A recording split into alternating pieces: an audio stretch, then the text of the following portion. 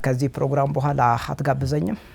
ጋብዛለሁ። በጣም ጥሩ። እስቲ ቮድካ ጠጣን እንበል። እኔና አንተ ከፍተኛ የአልኮል መጠን አለው ቮድካ እስከ 70%። ሶሻል ሚዲያ ላይ እንግዲህ ብቅ ማለት ጀምረሃል አንተ። በቲክቶክ አካውንት እንግዲህ በጣም በርካታ ስራዎችን እየሰራህ እንደሆነ መረጃው አለ። የሚጠጣ ቢራ ውስጥ ዋይን፣ ቴኪላ፣ ቻምፓኝ እነዚህ ሌቨሎች ውስጥ የሚገኘው የአልኮል አይነት ኢታኖል ነው። ሚታኖል አይደለም አባቴ፣ ሚታኖል ያሳውርሃል።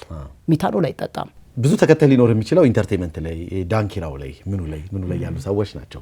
እንደ አይነት አሁን ዕውቀትን መሰረት አድርገው የሚዛውን ጤናው ዘርፍ ላይ ያሉ ብዙ ባለሙያዎች ለምንድነው ሶሻል እንትናችሁ ማህበራዊ ትስስር ገጽ ላይ እንደዚህ ማትመጡት?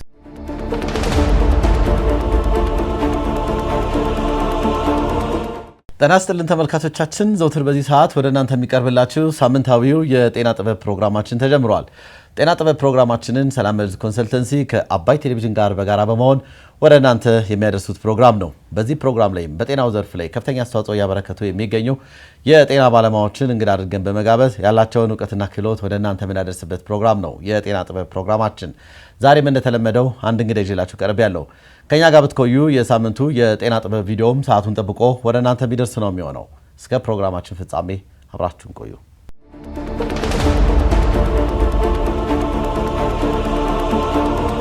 ተመልሰናል ተመልካቾቻችን። የጤና ጥበብ ፕሮግራማችን ተጀምሯል። እንግዳችን ብዙ ተጉዞ ዛሬ እዚህ የአባይ ቴሌቪዥን ስቱዲዮ ደርሷል። እንኳን ደህና መጣ። አመሰግናለሁኝ። እንዴት አደራችሁ? በመጀመሪያ ይህንን እድል ስለሰጣችሁኝ ከልብ ያመሰግናለሁኝ። ስሜ ኢዮስያስ ተክለ ማርያም ይባላል። በሞያዬ ክሊኒካል ፋርማሲስትና የፋርማሲ መምህር ነኝ። ትክክለኛ የመድኃኒት አወሳሰድ ለማስተማርና የማህበረሰቡን የጤና ግንዛቤ ለማሳደግ እሰራለሁኝ።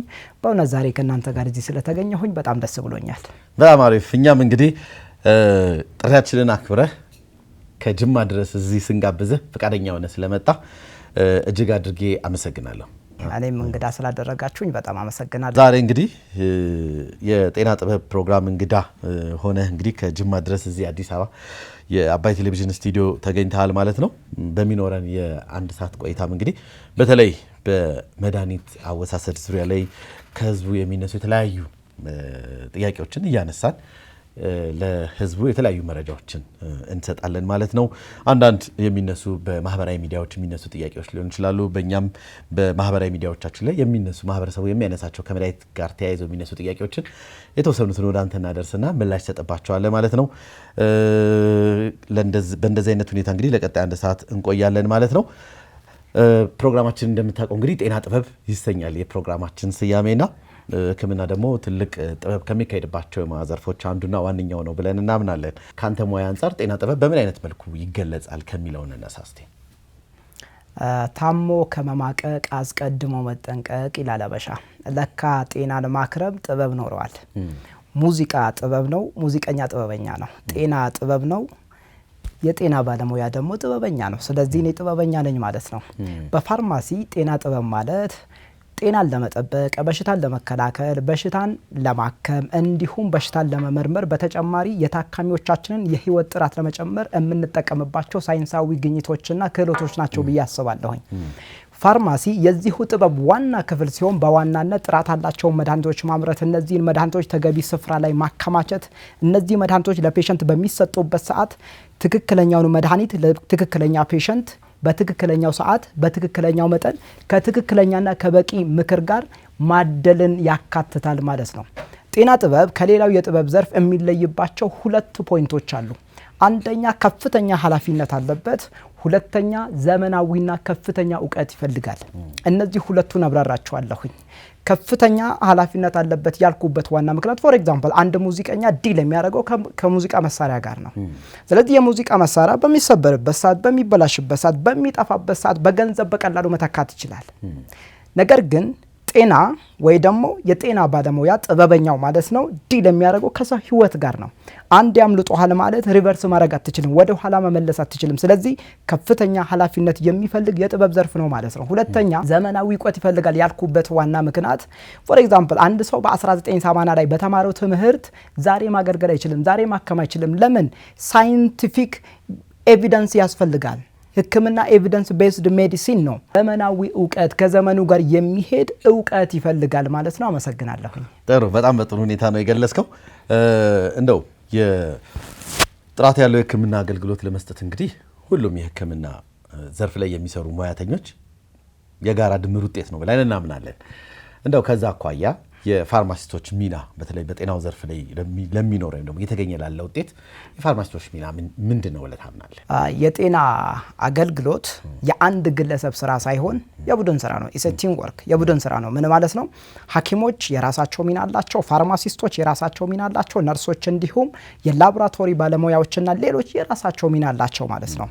ነገር ግን ምንም እንኳ የራሳቸው ሚና ቢኖራቸውም የጋራ ዓላማ አላቸው። ምንድነው?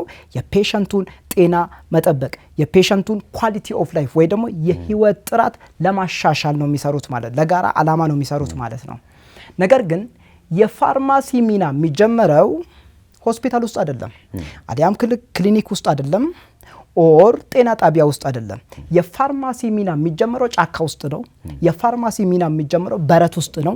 የፋርማሲ ሚና የሚጀምረው አፈር ውስጥ ነው። ይህ ማለት ምን ማለት ነው? አንድ ፋርማሲስት ለጤና የሚያበረክተው አበርክቶት ማለት ነው የሚጀምረው የመድኃኒት ምንጭ ከመፈለግ ነው ማለት ነው። ፎር ኤግዛምፕል አንድ ሰው ኦፒዮይድ አናልጄዚክስ ማምረት ቢፈልግ ጫካ ገብተው ኦፒየም ፓፒ የሚባለውን ዛፍ መቁረጥ አለበት ማለት ነው። ስለዚህ የፋርማሲ ሚና የሚታይና የማይታይ ነው ማለት ነው።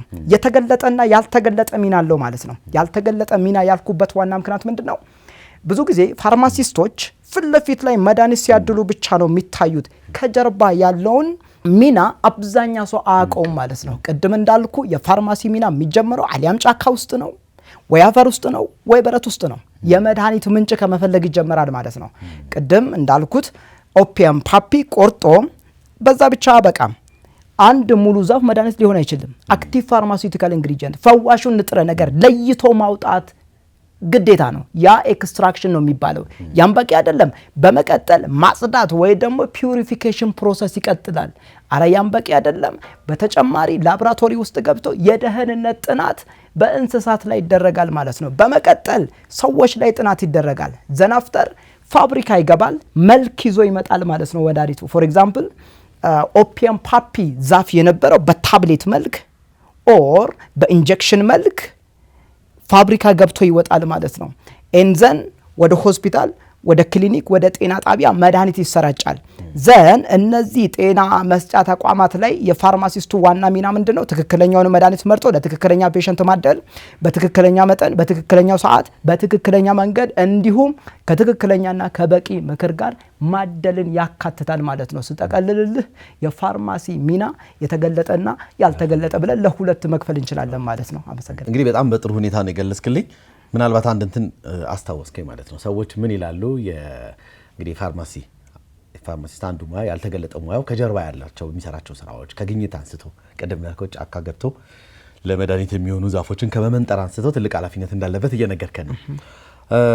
አንዳንድ ሰዎች ምን ይላሉ? የባህላዊ ሕክምናን ስንወስደው ለዘመናዊ ሕክምና ራሱን የቻለ አስተዋጽኦ አለው፣ የጀርባ አጥንቱ ነው። ምክንያቱም አብዛኛው መድኃኒቶች የሚገኙት ከፕላንት ነው፣ ከእንስሳ ነው የሚሉ ሰዎች ይኖራሉ። ምን ምላሽ አለ ለዚህ? ባህላዊ ሕክምና በአግባቡ ከተጠቀምንበት፣ ኤቪደንስ ቤዝድ መረጃ ላይ ተመርኩዘን ከተጠቀምንበት ከዘመናዊ ሕክምና ጋር የሚጣላበት አንዳች ነቁጣ የምታክል ምክንያት የለም። መጠቀም ይቻላል። ነገር ግን የባህላዊ ሕክምና ትልቁ ድሮባኩ ወይ ደግሞ ደካማ ጎኑ ምንድነው? ብዙ ጊዜ በተለይ ኢትዮጵያ ውስጥ ያሉ እጽዋት መጠናቸው አይታወቅም። ስለዚህ መንግስት ይሄንን ነገር እንደ ትልቁም ነገር ይዞ ትልቅ የሪሰርች ማዕከል ተሰርቶ የመድኃኒቶቹ ማለትም የባህላዊ መድኃኒቶች መጠናቸው ቢመጠን ባይነኝ ነኝ። ወደ ውስጥ ጠለቅ እያለን እንሂድና ምናልባት እንግዲህ መድኃኒት ሲባል ያው ዞሮ ሰዎች ወይ ወደ አፍ የሚገባ ወይ ሰውነት ላይ የሚቀባ ወይ አይን ላይ ጨብጣ ላይ ቀዳዳዎች ላይ የሚደረግ ብሎ ሊያስብ ይችላል። የሚያስበው ይሄንኑ ነው። እንደው ወደ አፍ የሚወሰደውን እናርግና አንድ ሰው መድኃኒት ወደ አፍ ከወሰደ በኋላ እስኪወጣ ድረስ ያለው የሂደት ሰንሰለት ምን ይመስላል የሚለውን ነገር ደግሞ የተወሰነ ነገር እስቲ አሁን ኢንዳይሬክትሊ ምንድነው የጠየቀኝ? ፋርማኮ ካይኔቲክስ የሚባለውን የፋርማኮሎጂ አንዱና ዋና ቅርንጫፍ ነው የጠየቀኝ። ፋርማኮ ካይኔቲክስ ማለት ምን ማለት ነው? ፋርማኮ ማለት መድኃኒትን አመለክታል። ካይኔቲክስ ማለት እንቅስቃሴ ማለት ነው። አንድ መድኃኒት ወደ ሰውነታችን ገብቶ ከገባበት ቦታ ጀምሮ በሰውነታችን ውስጥ እያንዳንዱን እንቅስቃሴ በሰውነታችን ውስጥ የሚያደርገውን የሚያሳየውን እያንዳንዱን እንቅስቃሴ የሚያጠናው የሳይንስ ዘርፍ ፋርማኮካይኔቲክስ ይባላል። ፎር ኤግዛምፕል ፓራሴታሞል አንድ ሰው ቢውጥ ማለት ነው ከአፍ ወዴት ነው የሚሄደው? ወደ ጉሮሮ ወደ ፋሪኒክስ ይሄዳል። ከዛስ ወደ ኢሶፋገስ፣ ከዛስ ወደ ሆድ ይሄዳል። ሆድ ውስጥ ሁለት ነገሮች ይከሰታሉ። አንደኛ ዲስኢንተግሬሽን ይባላል። ዲስኢንተግሬሽን ማለት ምን ማለት ነው? አንዱ ታብሌት ቢሊየን ቦታ ይሰባበራል። ዳት ሚንስ መድኃኒቱ ወደ ሞለኪውል ይቀየራል ማለት ነው። በጣም ጥሩ። ወደ ደም ለመግባት እሱም በቂ አይደለም። የትኛውም ጠጣራማ መድኃኒት ወደ ፈሳሻማነት መቀየር አለበት ወደ ደም ከመግባቱ በፊት። ያ ደግሞ ዲሶሉሽን ይባላል። እነዚህ ሁለቱ ፕሮሰሶች በሆድ ውስጥ የሚከናወኑ ናቸው። ዲስኢንተግሬሽን መሰባበርና ዲሶሉሽን ጠጣራማ መድኃኒቱ ወደ ፈሳሻማነት የሚቀየረው ፕሮሰስ ማለት ነው። ዘን ሆድ ላይ ደርሷል። ከዛ በኋላ ወዴት ነው የሚሄደው? ወደ ትንሹ አንጀት የመጀመሪያ ክፍል ወደ ዲዮዲነም የተወሰኑ መድኃኒቶች እዛ አብዞርብ ይደረጋሉ። ኤንዘን ወደ ጄጅነም መካከለኛው የትንሹ አንጀት ክፍል ማለት ነው። አብዛኛው ከ90% በላይ መድኃኒቶች ወደ ደም የሚገቡት በጄጅነም በኩል ነው። ጄጅነም በኩል ነው። ኤንዘን መድኃኒቶች ከትንሹ አንጀት ወደ ደም ከመግባታቸው በፊት ወዴት ይገባሉ? ወደ ጉበት ወይ ደግሞ ወደ ሊቨር ይገባሉ። ለምንድን ነው ወደ ሊቨር የሚገቡት? አንደኛ ፎር ዲቶክሲፊኬሽን ማለትም መርዛማ ኬሚካሎች ምናልባት ከመድኃኒት ጋር ከገቡ የሚረክሱበት ውስጠኛ የሰውነታችን ክፍል ነው ማለት ነው። ምክንያቱም ጉበታችን ውስጥ ከ30 እስከ 33 የሚሆኑቱ ሳይቶክሮም P450 ሜታቦላይዚንግ ኢንዛይሞች አሉ። እነዚህ ኢንዛይሞች ዋና ስራቸው ምንድነው? መርዛማ ነገሮችን ዲቶክሲፋይ ማድረግ፣ መርዛማ ነገሮችን ከሜዲሲን ጋር ከመድኃኒት ጋር የገባውን መርዛማ ነገሮችን ማርከስ ነው። ኤንዘን ፍተሻ ካለቀ በኋላ ፎር ኤግዛምፕል እኔ አሁን ከጅማ ወደ አዲስ አበባ ስመጣ ወልቅጤ ላይ ፍተሻ ነበር። ፎር ኤግዛምፕል ህገወጥ የጦር መሳሪያ የተሸከመ መኪና ካለ ማለት ነው ወይ ግለሰብ ካለ ማለት ነው እዛ ይወረሳል። ህገወጥ ነው የሚሆነው። ስለዚህ የትኛው መድኃኒት ወደ ደም ከመግባቱ በፊት በጉበት በኩል ማለፍ አለበት። የሰውነታችን ኬላ ማለት ነው። መርዛማ ነገሮች የሚረክሱበት ነው። መርዛማ ነገሮች ከረከሱ በኋላ መድኃኒት ቀጥታ ወደ ደም ነው የሚገባው። ፎር ኤግዛምፕል በአፍ የተወሰደ መድኃኒት ቀጥታ ወደ ኢንፌሪየር ቬና ካቫ ይገባል። ኤንዘን ወደ ቀኙ የልባችን ክፍል ራይት አትሪየም ይገባል፣ ራይት ቬንትሪክል። ከዛን ወደ ፑልሞነሪ አርተሪ ይገባል። ኤንዘን ወደ ፑልሞነሪ ቬን፣ ሌፍት አትሪየም፣ ሌፍት ቬንትሪክል ወደ አዮርታ ይገባል፣ ወደ ትልልቅ አርተሪዎች ይገባል፣ ወደ አርቴሪዮልስ ይገባል። ኤንዘን ወደ ካፒለሪስ ይገባል። ኤንዘን ከካፒለሪ ላይ መድኃኒቶች ወደሚፈለጉበት ስፍራ ይገባሉ ማለት ነው። ፎር ኤግዛምፕል ፓራሴታሞል መስሪያ ቤቱ የቱ ጋር ነው? ሳይት ኦፍ አክሽን ሴንትራል ነርቨስ ሲስተም። ስለዚህ ከካፒለሪ ወደ ጭንቅላት ይገባል ማለት ነው። እዛ ጋር ስራውን ይሰራል። ስራውን ከጨረሰ በኋላ እንደገና ወደ ጉበት ይመለሳል። በደም አማካኝነት እንደገና ወደ ጉበት። ለምን? ሜታቦላይዝ ለመደረግ። ምን ማለት ነው? ሜታቦሊዝም ማለት አንድን መድኃኒት ከማስወገዳችን በፊት ሰውነታችን የሚያደርገው ቅድመ ዝግጅት ማለት ነው። አንደኛ መድኃኒቱ ወደ ውሃ ወዳድነት ይቀየራል። ሁለተኛ መድኃኒቱ ሌስ አክቲቭ ይሆናል። ሌስ አክቲቭ ይሆናል ማለት ምን ማለት ነው? የማዳን ኃይሉ ይቀንሳል ማለት ነው። ስለዚህ ስራውን ሰርቷል። አት ዘ ሳይት ኦፍ አክሽን ወደ መስሪያ ቤቱ ገብቶ ስራውን ሰርቷል። ሶ መወገድ አለበት። ለመወገድ ደግሞ ቅድመ ዝግጅት ያስፈልጋል። ያ ቅድመ ዝግጅት ሜታቦሊዝም ይባላል። ኤንዘን ፋይናሊ ኤክስክሬት ይደረጋል። አብዛኛው መድኃኒት በኩላሊት በኩል ነው ወደ መጣበት ወደ ውጭ የሚመለሰው ማለት ነው። that is called pharmacokinetics። አንደኛ አብዞርቢሽን ነው። ምን ማለት ነው? አንድ መድኃኒት ሳይበላሽ ወደ ደም ሲገባ መድኃኒቱ አብዞርብ ተደርጓል ይባላል። ኤንዘን ከአብዞርቢሽን ዲስትሪቢዩሽን ነው። የዲስትሪቢዩሽን ዋና ዓላማ መድኃኒቶች ወደሚፈለጉበት ስፍራ የሚደርሱበት ፕሮሰስ ነው። ኤንዘን ሜታቦሊዝም ነው። ሜታቦሊዝም ማለት የመድኃኒቱ የማዳን ኃይል የሚቀንስበት፣ መድኃኒቱ ወደ ውሃ ወዳድነት የሚቀየርበት። ኤንድ ፋይናሊ ኤክስክሬሽን ነው። መድኃኒቱ ከሰውነታችን የሚወገድበት ፕሮሰስ ነው። ይህ በሰውነታችን ውስጥ የሚካሄደው የመድኃኒት እንቅስቃሴ ፋርማኮካይኔቲክስ በመባል ይጠራል ማለት ነው። ሁሉም መድኃኒት ግን ደም ውስጥ ይገባል ማለት እንችላለን? ሾርት አንሰር ነው። ሁሉም ወደ አፍ የገባ ሁሉ ወደ ደም ይገባል ማለት አይደለም። አሁንም ፕሮሰሱን ላስረዳ አለን። ግልጽ እንዲሆንላቸው ነው። ገብቶኛል። ከአፍ ወደ ጉሮሮ፣ ወደ ኢሶፋገስ፣ ወደ ሆድ፣ ኤንዘን ወደ ትንሹ አንጀት። ኤንዘን ወዴት ነው የሚገባው? ወደ ጉበት ነው የሚገባው።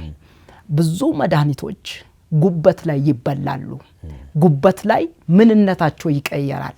ፎር ኤግዛምፕል ፓራሲታሞል 500 ሚሊግራም ብትወስድ ወደ 400 ሚሊግራም ብቻ ነው ወደ ደም የሚገባው፣ ወደ ሲስተሚክ ሰርኩሌሽን የሚገባው። 100 ሚሊግራምስ that is called first pass effect or first pass metabolism። ምን ማለት ነው? አንድ መድኃኒት ወደ ደም ከመግባቱ በፊት ሲበላሽ ማለት ነው። ስለዚህ ሁሉም አይገባም። ፓራሲታሞል ፎር ኤግዛምፕል እስከ 80% አብዞርብ ይደረጋል። ስለዚህ ሁሉም መድኃኒት በአፍ የተወሰደ ሁሉ ወደ ደም አይገባም ማለት ነው። ተመልካቾቻችን እየተከታተላችሁ የምትገኙ ሳምንታዊው የጤና ጥበብ ፕሮግራማችንን ነው። ፕሮግራማችን አላበቃም፣ አብራችሁን ቆዩ።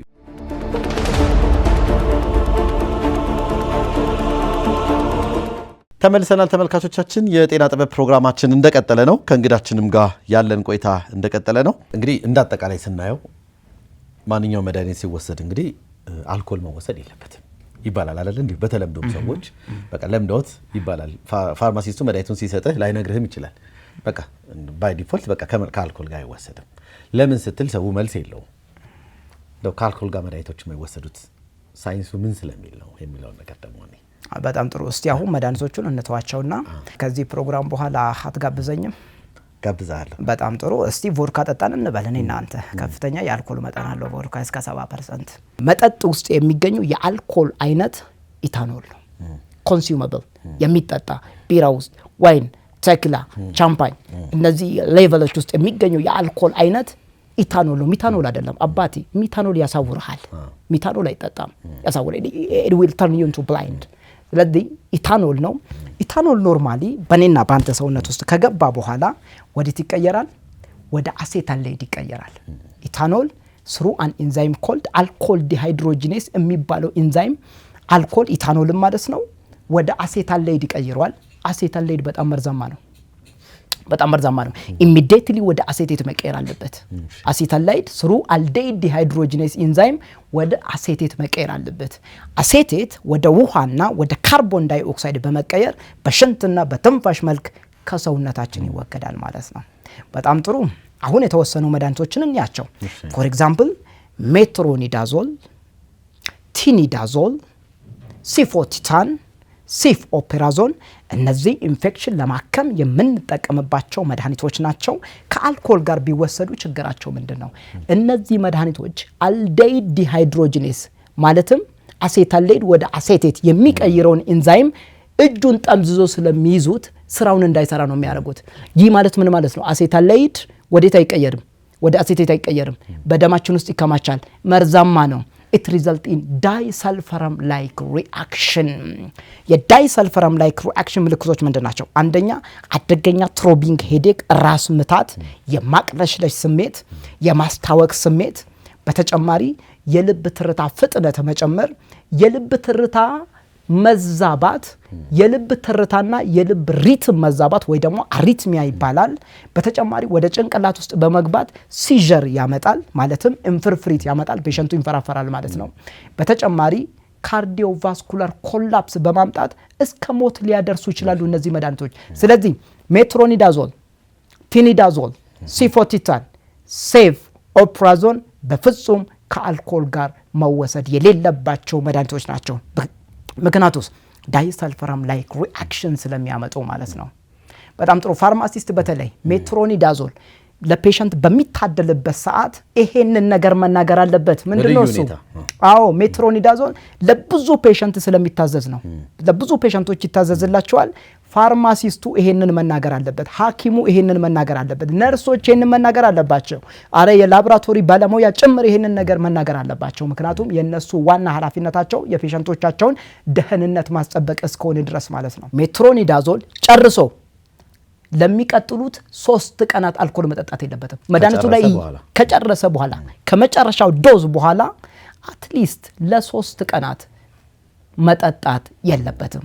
በተጨማሪ ከአልኮል ጋር መወሰድ የሌለባቸው መድኃኒቶች አሉ። ፎር ኤግዛምፕል ኦፖይድ አናልጄዚኮች አሉ። እነ ትራማዶል፣ እነ ሞርፊን፣ ኦክሲኮዶን፣ ኮዴን፣ ሃይድሮሞርፎን፣ ፌንተኒል፣ ሶፌንተኒል፣ በተጨማሪ ሜታዶን እነዚህ መድኃኒቶች ከአልኮል ጋር መወሰድ የለባቸውም። ለምን? የአተነፋፈስ ስርዓትን ስለሚጨቁኑ ሪስፓይሬቶሪ ዲፕሬሽን ስለሚያመጡ በፍጹም ከአልኮል ጋር መወሰድ የለባቸውም። አረ ይሄ ብቻ አይደለም፣ ሌሎችም መድኃኒቶች አሉ። ቤንዞዲያዜፒንስ የሚባሉ መድኃኒቶች አሉ። ዲያዜፓም፣ ሎራዜፓም፣ አልፕራዞላም፣ ሚዳዞላም እነዚህ የጭንቀትና የሚጥል በሽታ መድኃኒት ናቸው። ሪስፓይሬቶሪ ዲፕሬሽን ከአልኮል ጋር ተደምሮ ማለት ነው ስለሚያመጡ በፍጹም መወሰድ የለባቸውም። ሌሎችም አሉ ላይክ አይሶኒያዚድ፣ ላይክ ፓይራዚናማይድ፣ ቫልፕሮይክ አሲድ፣ በተጨማሪ ሚቶትሪግዜት፣ ፍሎዩራሲል የካንሰር መድኃኒት። እነዚህ ደግሞ ሄፓቶቶክሲሲቲ ማለትም ጉበታችንን ከአልኮል ጋር ተባብሮ ስለሚጎዱ በፍጹም ከአልኮል ጋር መወሰድ የለባቸውም። ሌላም ልጨምርልህ የስኳር በሽታ መድኃኒቶች ላይክ ኢንሱሊን፣ በተጨማሪ ሰልፈናይል ዩሪያስ ላይ ግላይቢንክላማይድ፣ ግሊፕዛይድ፣ ግላይምፕራይድ የሚባሉቱ ከአልኮል ጋር ሃይፖግላይሴሚያ ረሃብን ስለሚቀሰቅሱ በፍጹም መወሰድ የለባቸው። እንዳጠቃላይ አሁን የዘረዘርካቸው መድኃኒቶች ላይ ትኩረት ይደረግ እንጂ በአጠቃላይ ከማንኛውም መድኃኒት ጋር አልኮል መውሰድ ተገቢ አይደለም የሚለውን መደምደም እንችላለን። በትክክል በአጠቃላይ አሁን ያልካቸው እንዳለ ዝርዝሮች እንዳለው ነው። ለተመልካቾቻችን ግን አሁን የዘረዘርናቸው መድኃኒቶች እነሱ የማወቅ እድልም ብዙ ስለሌላቸው እንዳጠቃላይ ማንኛውም መድኃኒት በሚወሰድበት ሰዓት ምን ማድረግ የለባቸውም? አልኮል መውሰድ የለባቸውም የሚለውን ድምዳሜ እንስጣቸው። በጥናት የተረጋገጠ ነው። እሺ አንዳንድ ሰዎች የሚያነሱትን ጥያቄ ላንሳለን። እኔ መድኃኒት ሶስት እሻት አልኮል አትወስድ ተብያለሁ አልወስድም ይሏል። አንዳንድ ሰዎች የሚያነሱት ጥያቄ ምን መሰለህ? ለምሳሌ የአይን ጠብታ ሶስት ወይ የሚቀባ መድኃኒት ሶስት በዛ ጊዜም አልኮል መውሰድ የለብኝም ወይ የሚሉ ሰዎች አሉ። ምን ትላቸዋለህ? ኖርማሊ ቅድም እንዳነሳኸው አልኮል መድኃኒት ስለወሰድክና ስላልወሰድክ አይደለም። እሱማ ከጤናም አንፃር አይመከርም። አሁን ግን ቅድም አንስተናል እኮ በልዩ ሁኔታ ግን መድኃኒት ሲወሰድ ይዞ የሚመጣው የተለየ ችግር ይዞ ስለሚመጣ ያን መውሰድ የለብንም። ፍላየሮች ላይ እኮ አለ አይደል? ይሄ ሊፍሌቶች ላይ የመድኃኒቶች ላይ አልኮል መውሰድ አይቻልም ይላል አይደል? ዛት ሚንስ ሌላ ቀን ጠጡ ማለት ግን አይደለም። ግን ምንድነው ያን አፕሪሺየት እያደረገም አይደለም።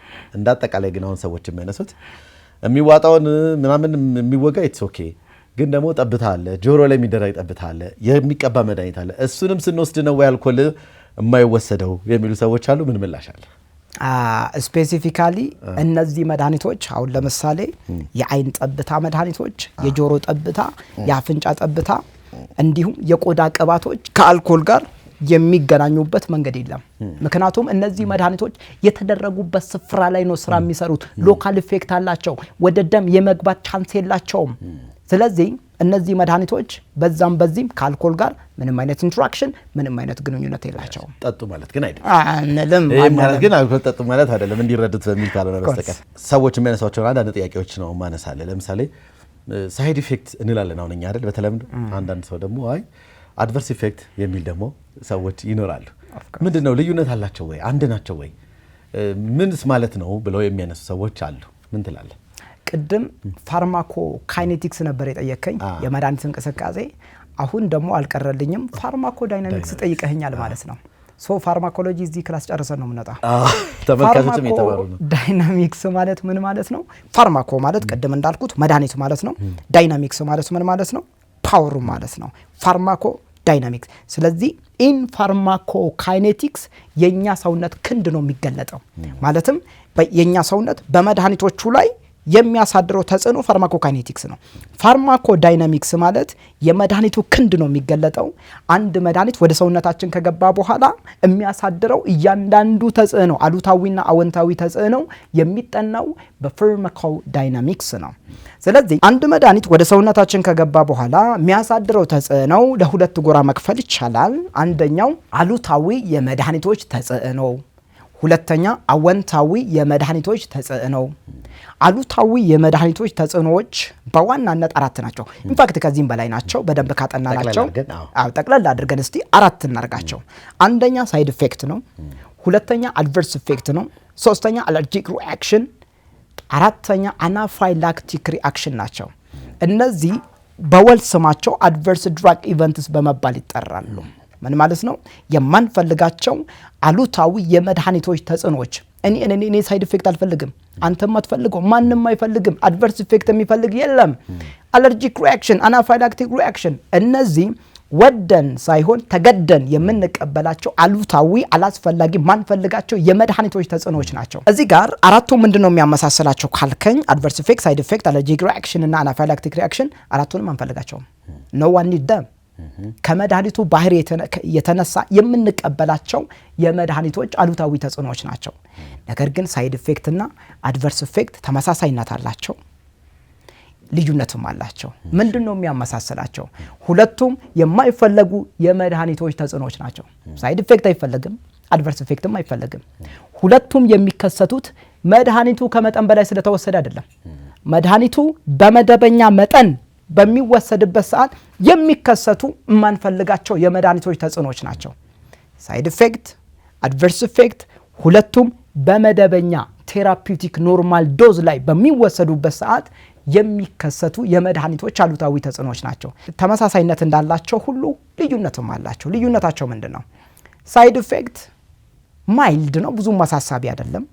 ፕላስ ፕሪዲክተብል ነው፣ ለትንቢት ይመቻሉ ማለት ነው። ሳይድ ኢፌክቶች ኦኬ፣ ይሄ ሳይድ ኢፌክት ሊከሰት ይችላል የሚለውን መተንበይ እንችላለን። ይሄ መድኃኒት ስትወስድ እንዲህ ነገር ሊመጣ ይችላል። ፕሪዲክተብል ነው፣ ይታወቃል። አብዛኛው ፔሸንት ላይ ደግሞ ይከሰታል። አድቨርስ ኢፌክት ግን አደገኛ ነው፣ የማይጨበት የመድኃኒቶች ተጽዕኖ ነው። ማን ላይ እንደሚከሰትና እንደማይከሰት በቅጡ መረዳት ይከብዳል። ማለት ሲከሰት ብቻ ነው ተከስቷል የምትለው እንጂ ከመከሰቱ በፊት መተንበይም ከባድ ነው ማለት ነው። በተጨማሪ ሳይድ ኢፌክት አንዳንድ ጊዜ ጥቅም አለው። አድቨርስ ኢፌክት ግን ሁሉ ጊዜ ማለት 100% ጎጂ ነው። ምሳሌ ልስጥህ። ጥቅም ያላቸው ሳይድ ኢፌክቶች አሉ። ለምሳሌ የአለርጂ መድኃኒት ሂስታሚን 1 ሪሴፕተር ብሎከርስ ላይክ ዳይፌን ሃይድራሚን ላይክ ፕሮሜታዚን፣ እነዚህ መድኃኒቶች የአለርጂ መድኃኒቶች ናቸው፣ የሽፍታ መድኃኒቶች ናቸው። እንቅልፍ ያሰኛሉ፣ ያስተኛሉ። ስለዚህ አለርጂ ኖሮበት የእንቅልፍ እጦት ላለበት ሰው ጠቃሚ ሳይድ ኢፌክት አላቸው ማለት ነው። ምክንያቱም ያስተኛል። በተጨማሪ ፎር ኤግዛምፕል ሜትፎርሚን የሚወስድ ሰው ሜትፎርሚን ክብደት ትንሽ ይቀንሳል፣ ሞደስት ዌይት ሎስ ያመጣል። ስለዚህ ቦርጭ ያላቸው ሰዎች ከዚህ መድኃኒት ይጠቀማሉ ማለት ነው። አድቨርስ ኢፌክት ግን 100% ጎጂ ነው። ፎር ኤግዛምፕል የሜትፎርሚን አድቨርስ ኢፌክት ላክቲክ አሲዶሲስ ነው። አኩሙሌሽን ኦፍ ላክቴት ኢን ዘ ብለድ ኤንድ ሬናል ፌለር ያመጣል። ፔሸንቱ ለሞት ሊዳርግ ይችላል ማለት ነው። አንድ ሰው ሳይድ ኢፌክት ከኖረበት ካለበት ሳይድ ኢፌክት ቢኖረው ማለት ነው፣ አንድ መድኃኒት ሳይድ ኢፌክት ቢያመጣበት ወይ የተወሰኑ ማሻሻያዎች ይደረጋሉ፣ መድኃኒቱን እንዲቀጥል እናረጋለን ማለት ነው። አድቨርስ ኢፌክት ከመጣበት ግን ኢሚዲየትሊ መድኃኒቱን ማቋረጥ አለብን ማለት ነው። መድኃኒቱን ማቋረጥ አለብን ኢሚዲየትሊ። አዎ። ስለዚህ ሳይድ ኢፌክት ፎር ኤግዛምፕል ሜትፎርሚን ልውሰድልህ። ጂአይ የሆድና አንጀት ማስቆጣት ጂአይ አፕሴት ፎር ኤግዛምፕል ማቅለሽለሽ፣ ማስቀመጥ፣ እነዚህ ኮመን ሳይድ ኢፌክት፣ ጨጓራ ማቃጠል ኮመን ሳይድ ኢፌክት ኦፍ ሜትፎርሚን ናቸው። ምንድነው የምናደርገው? እንደዚህ አይነት ችግሮች በሚከሰቱበት ሰዓት ሜትፎርሚን እንዲያቋርጡ አንመክርም። ምንድነው የምናደርገው? ማሻሻያ ፎር ኤግዛምፕል ከምግብ ጋር መውሰድ ሁነኛ መፍትሄ ነው ማለት ነው። ፎር ኤግዛምፕል ሜትፎርሚን ላክቲክ አሲዶሲስ ካመጣ ኢሚዲየትሊ መድኃኒቱን ወደ ሌላ መድኃኒት እንቀይራለን ማለት ነው። ወደ ሌላ መድኃኒት እንቀይራለን። ጥሩ። እንደው እንዳጠቃላይ ሳይድ ኢፌክት እና አድቨርስ ኢፌክትን ማስወገድ እንችላለን? አጭር መልስ አይቻልም። 100% ሰዎች ስለሚሉ እንዲህ አይነት ነገር ካለው ለምንድን ነው መድኃኒቱ ሲሰራ እነዚህ ነገሮች አስወግዶ የማይሰራው የሚል ጥያቄ ያነሳል። ለምሳሌ መድኃኒታው ለምሳሌ አንተ ብትወስድ አንድ መድኃኒት ለሰውነትህ እኮ ባዳ ነው። ፎር ኤግዛምፕል ለምንድን ነው ኩላሊት ሳይድ ኢፌክት የማመጣብህ? ለምንድን ነው ጨጓራ ራሱ ሳይድ ኢፌክት የማመጣብህ? ለምን ጉበት ሳይድ ኢፌክት? ያንተ ገላ ነው፣ ያንተ ሰውነት ነው። ነገር ግን መድኃኒት ባዳ ነው፣ እንግዳ ነው ለሰውነትህ። ገባ ማለት ከሆነ ሲስተም ጋር መጣላቱ አይቀርም፣ ደረጃው ይለያያል እንጂ። ስለዚህ ኮምፕሊትሊ ሳይድ ኢፌክት አድቨርስ ኢፌክት ማስቀረት አይቻልም። በተለምዶ ደግሞ ሰዎች የሚያነሱትን ሌላ ነገር ነው ማነሳለህ። ለምሳሌ ማንኛውም መድኃኒት ሲወስድ ሰውየው በራሱ ውሳኔ እንቁላል፣ ወተት፣ ስጋ አልወስድም፣ በተለይ ወተት አልወስድም ይላል እና እንቁላል አልወስድም ይላል። ምናልባት እዛ ጋር እንግዲህ የሚሰጠው የድራግ ኢንፎርሜሽን ሲስተም ጥያቄ እንዳለ ሆኖ እንተውና ማንኛውም ሰው መድኃኒት በሚያገኝበት ጊዜ መድኃኒት የሚሰጠው ባለሙያ ከምን ጋር እንደሚወሰድ ከምን ጋር እንደማይወሰድ ምን እንደሚከለክል መንገር እንዳለበት ብናምንም እሱን እንተውና በዋናነት ግን ሰዎች አይ በቃ መድኃኒት ከተወሰደ አንድ ሰው ወተት እንቁላል አይወስድም። በተቃራኒው እኮ የሚሆንበት አጋጣሚ ይመጣል። አንዳንድ ጊዜ ከወተት ጋር ቢወሰዱ ውጤታቸው በጣም ቆንጆ የሚሆኑ መድኃኒቶች ሊሆኑ ይችላሉ። ያን እድል ነው የሚያሳጣው ሰውየውን። ስለዚህ እንዲህ አይነት ነገሮች ላይ ደግሞ ምን ትላለህ? ለምሳሌ አሁን ከእንቁላል ጋር የማይወሰዱ መድኃኒቶች ይኖራሉ። እንዴት ታያለህ ይሄንን? ይሄ በጣም ወሳኝ ጥያቄ ነው። ምክንያቱም ይመስለኛል ከዚህ ጥያቄ መልስ አብዛኛው ሰው እውቀት ያገኝበታል ብዬ አስባለሁኝ። አዎ ኦፍ ኮርስ ከወተት ጋር ባይወሰዱ የምንላቸው መድኃኒቶች አሉ። ከወተት ጋር ደግሞ ቢወሰዱ የሚጠቅሙ የተሻለ የሕክምና ውጤት የሚያስገኙልን መድኃኒቶች አሉ። በምሳሌ ላንሳለህ። ከወተት ጋር መወሰድ የሌለባቸው መድኃኒቶች ፎር ኤግዛምፕል ፍሉሮኩዊኖሎንስ የሚባሉ አንታይባዮቲክ ጸረ ባክቴሪያ መድኃኒቶች አሉ። እነማን ናቸው? እነ ሲፕሮፍሎክሳሲን፣ እነ ኖርፍሎክሳሲን፣ ጋቲፍሎክሳሲን፣ ጌሚፍሎክሳሲን። እነዚህ መድኃኒቶች ከወተት ጋር በፍጹም መወሰድ የለባቸው። ምክንያቱም ላስረዳ። ሲፕሮፍሎክሳሲን እንደ ምሳሌ ነጥለን እናንሳውና ሲፕሮፍሎክሳሲን ከማን ጋር ነው የሚዋደደው? የማን ፍቅር አለበት? የካልሲየም ፍቅር አለበት። ሲፕሮፍሎክሳሲን ልክ እንዳገኘ ማለት ነው ከካልሲየም ጋር መጣበቅ ይወዳል። ቺሌሽን ይሰራል፣ ባይንዲንግ ይሰራል። ወተት ውስጥ ምንድነው የሚገኘው? በዋናነት ወተት ውስጥ የሚገኘው ካልሲየም ነው።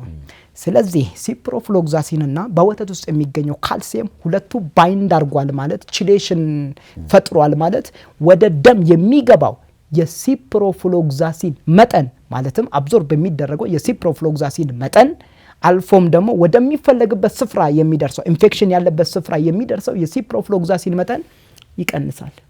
ዳት ሚንስ ትሪትመንት ፌይለር ይመጣል ማለት ነው። ውጤታማ አንሆንም ማለት ነው። ለምን? ችግሩ ወዳለበት ስፍራ የሚደርሰው የሲፕሮፍሎክሳሲን መጠን ትንሽ ነው ማለት እዛ ጋር ብዙ ባክቴሪያ አለ።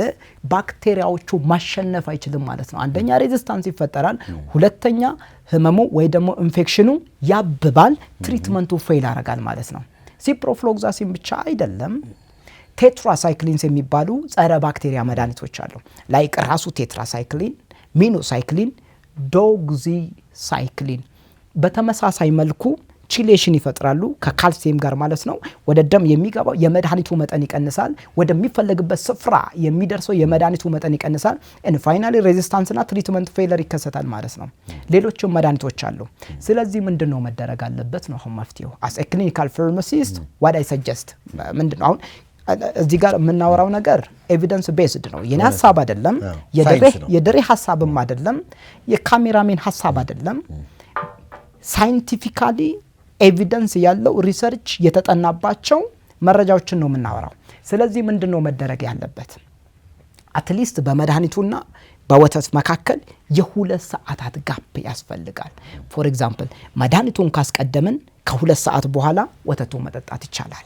ወተቱን ካስቀደምን ከ4 ሰዓት በኋላ መድኃኒቱን መውሰድ ይቻላል። መጀመሪያ ወተቱን ካስቀደምን 4 ሰዓት መጠበቅ ግዴታ ነው። መድኃኒቱን ካስቀደምን ከ2 ሰዓት በኋላ መውሰድ ማለት ነው።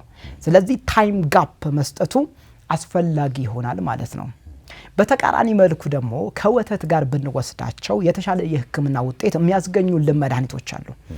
ፎር ኤግዛምፕል ነን ስቴሮይዳል አንታይ ኢንፍላሜቶሪ ድራግስ እነዚህ አይቡፕሮፊን፣ ዳይክሎፌናክ፣ ሶሊንዳክ፣ ናፕሮክሲን፣ አስፕሪን፣ ፒሮክሲካም፣ ሜሎክሲካም ሌሎችም አሉ። እነዚህ መድኃኒቶች የጨጓራ ቃጠሎ ያመጣሉ። ፔሸንቱ ከቃጠሎ እፎይታ እንዲያገኝ ከወተት ጋር ቢወሰዱ ቆንጆ ይሆንላቸዋል ማለት ነው ለፔሸንቶቻችን። ሜትፎርሚን ቅድም አነሳው ለመድኃኒት የስኳር በሽታ መድኃኒት ለአይነት 2 የሚሰጥ የስኳር በሽታ መድኃኒት ነው።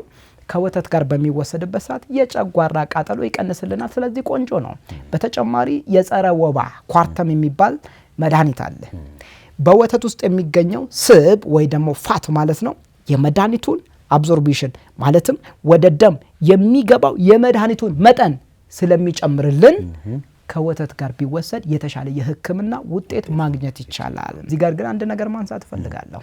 እኔም ከዚህ በፊት ይሄንን መረጃ ሰጥቼ ነበር ባለማስተዋል ከዩኒቨርሲቲ እንደተመረኩኝ ሸነግቤ ሆስፒታል ላይ ተመድቤ ነበርና ሲፕሮፍሎክሳሲን ስታዘዝላቸው ከወተትና ከእንቁላል ጋር ይባላል። ጥሩ ነው ከወተት ጋር አትወሰድ መባሉ ልክ ነው። ነገር ግን እንቁላልና ሲፕሮፍሎክሳሲን ምን አገናኛቸዋል? ተመልካቾቻችን እየተከታተላችሁ የምትገኙ ሳምንታዊው የጤና ጥበብ ፕሮግራማችንን ነው። ፕሮግራማችን አላበቃም፣ አብራችሁን ቆዩ።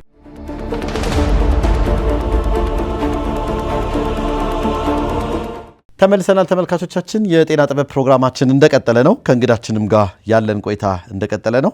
አሁን ባለው መረጃ መሰረት ሲፕሮፍሎክሳሲን እየወሰደ ያለ ሰው እንቁላል መብላት ይችላል። ይሄንን በቀጥታ የምናገረው አንደኛ ለሐኪሞች መናገር ይፈልጋለሁኝ፣ ለፋርማሲስቶች መናገር ይፈልጋለሁኝ፣ ለነርሶች እንዲሁም ለላቦራቶሪ ባለሙያና ለሰፊው ህዝብ መናገር ይፈልጋለሁ። ሲፕሮፍሎክሳሲን ከእንቁላል ጋር ቢወሰድ ምንም አይነት ችግር የለውም።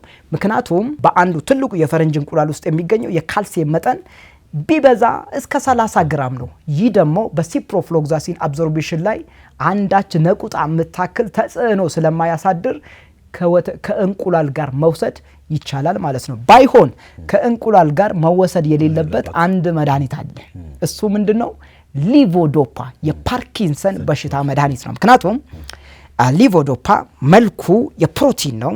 እንቁላል በብዛት ውስጡ ያለው ፕሮቲን ነው።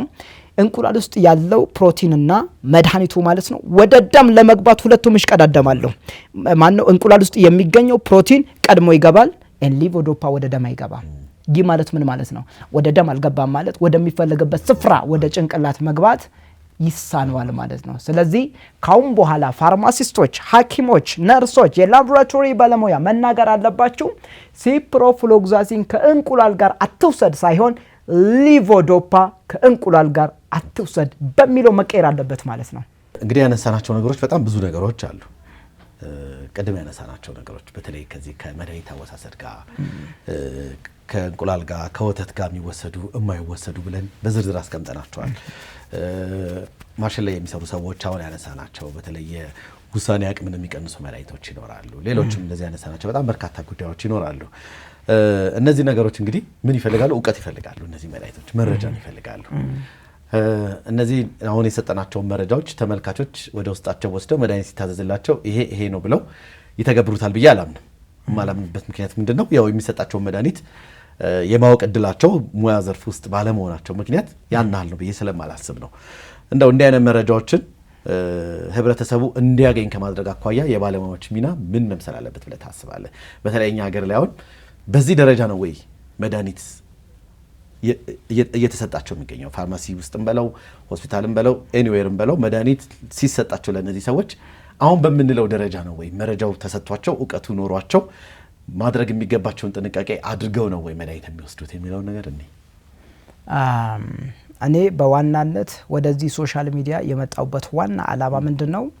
ከዚህ በፊት ያልተሰሙ፣ ከዚህ በፊት ያልተወሩ፣ ከዚህ በፊት ያልተነገረኝ መረጃ ለማህበረሰቡ ለማካፈል ነው። እኔ ብቻዬን የትም ልደርስ አልችልም። ስለዚህ ይህ ነገር የሐኪሞች ኃላፊነት ነው፣ የፋርማሲስቶችም ጭምር፣ የነርሶች፣ የላቦራቶሪ ባለሙያ ኃላፊነትም ጭምር ነው።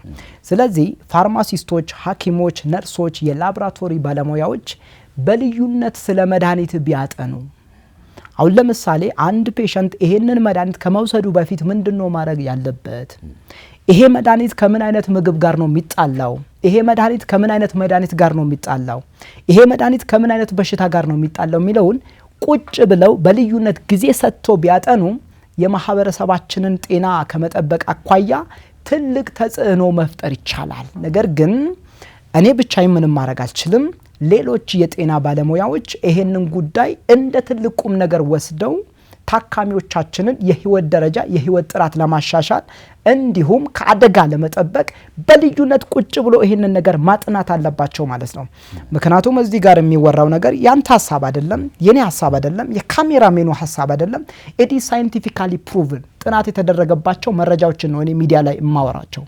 ስለዚህ ሁሉም ከኔ ጋር ተባብረው ያልተነገሩ ነገሮች ነገር ግን ዝም ከተባሉ ህዝቡን የሚጎዱ ነጥቦች ወደ ሚዲያ መውጣት አለባቸው። ማህበረሰቡ ማወቅ አለበት። ካላወቀ ችግር ስለሚፈጥር ማለት ነው።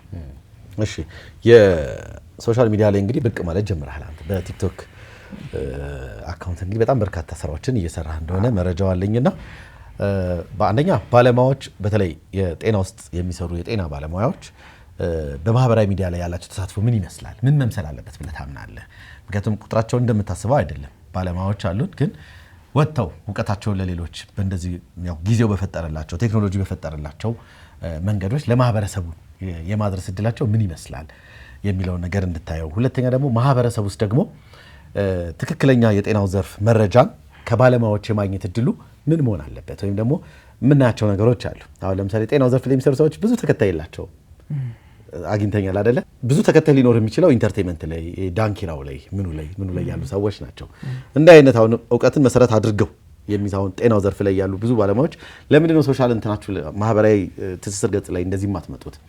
ለምንድን ነው ቲክቶክ ላይ ማትመጡት? ለምንድን ነው እንደዚህ ማትመጡት የሚል ጥያቄ ስናነሳላቸው የሚሉት ማህበረሰቡ እኮ ያው ድካም ነው የሚሆንብህ ሰርተንም አያውልንም የሚል ጥያቄ ያነሳሉና ምን ትላለህ?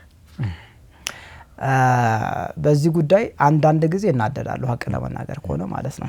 ፎር ኤግዛምፕል አንድ ሐኪም የመጀመሪያ ዲግሪውን 7 ዓመታት ተምሮ፣ አንድ ፋርማሲስት ለ5 ዓመታት ተምሮ፣ አንድ ነርስ ለ4 ዓመታት፣ ላቦራቶሪ ለ4 ለ5 ዓመታት ተምሮ አልፎም ደግሞ የማስተርስ ትምህርታቸውን ተምረው አንዳንድ ጊዜ ለመቀለድ ሶሻል ሚዲያ ላይ ብቅ የሚሉ ሰዎች ገጥሞኛል።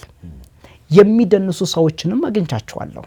ወደ ሶሻል ሚዲያ ፍጹም ያልመጡ ሰዎችም የተደበቁ ዕውቀታቸውን የደበቁ ብዙ ሰዎች አሉ። አሁን ማተር ማድረግ አለበት አንተ የምትሰጠው መረጃ እንጂ የተመልካቹ ብዛት አይደለም። አንተ የውልህ እኔን ያስተማረኝ የኢትዮጵያ ሕዝብ ነው። ከአንደኛ እስከ 12ኛ ክፍል የመጀመሪያ ዲግሪ፣ ሁለተኛ ዲግሪ ያስተማረኝ የኢትዮጵያ ሕዝብ ነው። ስለዚህ እኔ ከኢትዮጵያ ሕዝብ ተጠቅሜ ይሄው ዛሬ እዚህ ደርሻለሁኝ። የኢትዮጵያ ሕዝብ አስተምሮኛል። ሶ አትሊስት ሶሻል ሚዲያ ላይ ብወጣ ያስተማረኝን ሕዝብ አንድ ሰው ብጠቅም ዋጋዬ ከላይ በጣም ትልቅ ነው። ስለዚህ ሶሻል ሚዲያ የሌላችሁ ሕክምና ተምራችሁ ፋርማሲስት ሆናችሁ ነርስ ሆናችሁ የላቦራቶሪ ባለሙያ ሆናችሁ ሌላ ሙያ ላይ ያላችሁ ሰዎች ሌላ ኮንቴንት ላይ እዛም እዚህም የምትሉ ሰዎች ፕሊዝ ካም ቱ ሜዲካል ኮንቴንት። ምክንያቱም አንድ ሰው ከጠቀማችሁ፣ አንድን ሰው ከህመም ካሳረፋችሁ፣ አንድን ሰው ከሞት ከታደጋችሁ ቀላል ነገር አይደለም። ያንተ ተከታይ እኮ 30 ሊሆን ይችላል። 30 ሰው ጠቅመሃል ማለት ቀላል ነው እንዴ? ያንተ ተከታይ አንድ ሊሆን ይችላል። ነገር ግን ወሳኝነት አለው ምንድነው? አንተ የምትሰጠው መረጃ ፓብሊክ ኢንተረስት ያመጣል ወይ? ህዝቡን መጥቀም ይችላል ወይ? ኤዲት ሳይንቲፊካሊ ፕሩቭን ከራስ ነው የምታወራው፣ ከሪሰርች አንጻር ነው የምታወራው። ስለዚህ ተከታይ ይመጣል። ለምንድነው የሚመጣው? ወሳኝነቱ ያንተ የአቀራረብ ስታይልና የምትሰጣቸው መረጃዎች ክብደት ናቸው፣ ወሳኝነት አላቸው። ስለዚህ ወደ ሶሻል ሚዲያ መታችሁ ያስተማራችሁን ህዝብ አትሊስት 100 አትርዱ፣ ምንም ችግር የለብንም። 200 አትርዱ፣ 1000 አትርዱ። 1-2 ሰው ከረዳችሁ በቂ ነው። እሺ እንግዲህ በዚህ የስራ ሂደት ላይ እንግዲህ በጣም ብዙ ጊዜ አሳልፋል። ምን ያህል ዓመት ሰራ? እኔ በመምህርነት በ2011 ነበር የገባሁትኝ። ኤንዘን በ2012 ጅማ ዩኒቨርሲቲ ማስተርስ ጆይን አደረኩኝ። በ2015 መስከረም 7 በክሊኒካል ፋርማሲ ተመረኩኝ። ይሄው ከ2015 እስከ ዛሬ እያስተማርኩ ነው። አንተ ድረስበት፣ ካልኩሌሽን ላይ ጎበዝ ትመስላለህ። በጣም አሪፍ። እንደው በዚህ የጊዜ ሂደት ውስጥ እንደው የማትረሳው ገጠመኝ ወይም ደግሞ ዛሬ ላለሁበት ነገር ደግሞ እንደው ማመስገን እፈልጋለሁ የምትለው ነገር? ምክንያቱም እኔ ቲክቶክ ላይ ያለ በጣም መስዋዕትነትን በጣም ነው የማደንቀው። ቅድም እንዳልከው የተመልካች ችግር አለ፣ ግን በቃ ሳትሰለች ሄደህ ተቀርጸህ ምን ብለህ የምታረጋቸው ነገሮች በየቀኑ 2 3 የምትለቃቸው ነገሮች ላይ በጣም ያስገርሙኛልና ጥሩ ነው፣ በርታ እላለሁ።